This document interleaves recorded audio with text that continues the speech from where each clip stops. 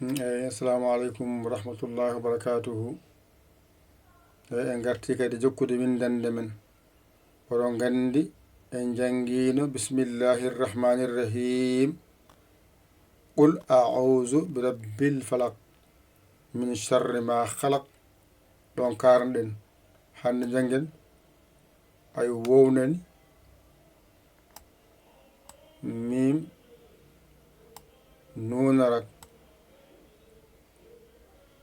nunarak ay siñiɗi ara toɓɓa dow hen tati wona shintoyɗo ara o woni wa min sharri ay waɗani ay gayna baaliɗo ay taƴƴo toɓɓaɗo wona gayna baaliɗo taƴƴo mbaɗaɗo siñiɗe ma mbaɗa gafara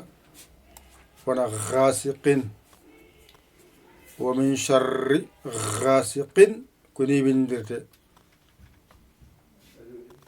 mbatta kadi wow mim nunarak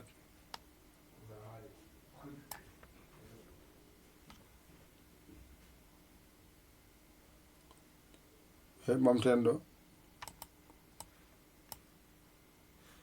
ɗo ɓamtaten oɗo wona ɓamto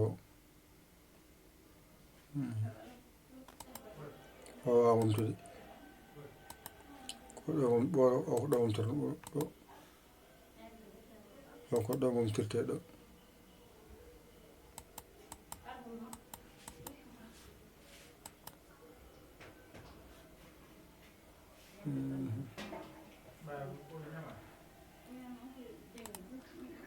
nani inde ko ɗo e gomnen yo jiiti gomo gaten jokken wa min sharri ghasiqin iza waqaba foti rewde hen alif zadel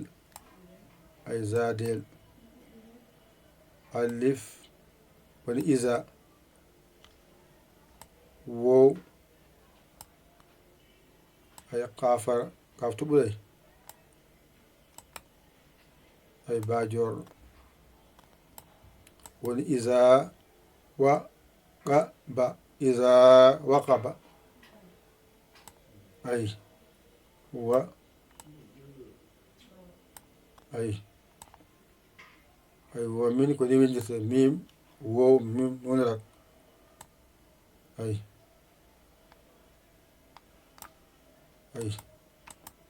wa min sharri ko ni windirte jiide wa min sharri wa min sharri ghasiqin iza waqaba wa min sharri naffasati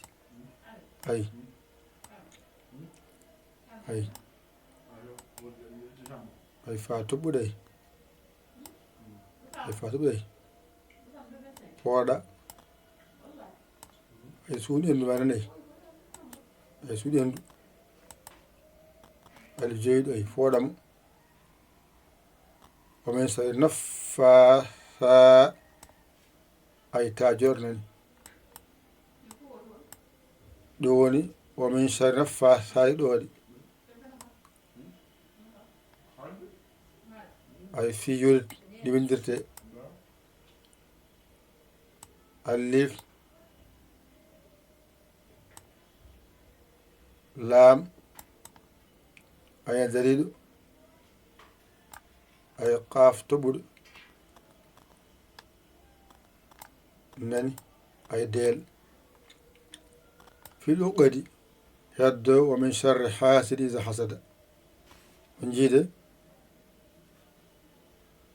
ɗonno wawi hejje ɗo kaɗen ɗo wadde hannde o jangi wa min sharri ghasiqin iza waqab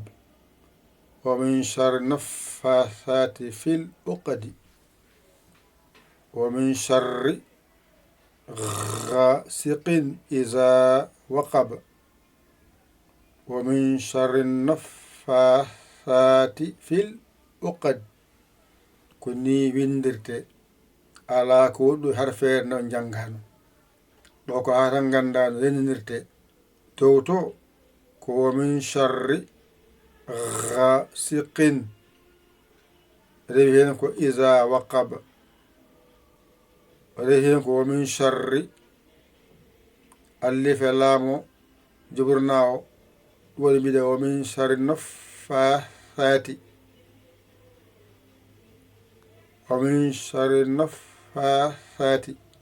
fil uqadi wa min sharri ghasiqin iza waqab wa min sharri naffathati fil uqad wa min sharri ghasiqin iza waqab wa min sharri naffathati fil uqadi koni windirte dow ko wa min sharri ghasiqin iza waqaba wa min sharri naffathati fil uqad kaɗen ɗo yette kuɗi mon e karneji mon bayanñirɗon jangon ɗigga ala ko woni ɗo har feere nde janngano to fatiha to ɗiggi tan ga saɗani sabu ardi ɗo e nder nde windande ko musidɗo mon guiɗo so bi Allah Yaya Ly ko Sénégal a saggi noon mbatta ko 00 221 77 906 81 ngara caggal saggere ma a saggani ɗum jiiɗa walla an keso jiiɗa nadde bisimilla ma ngara bindoɗa naata jangga wassalam.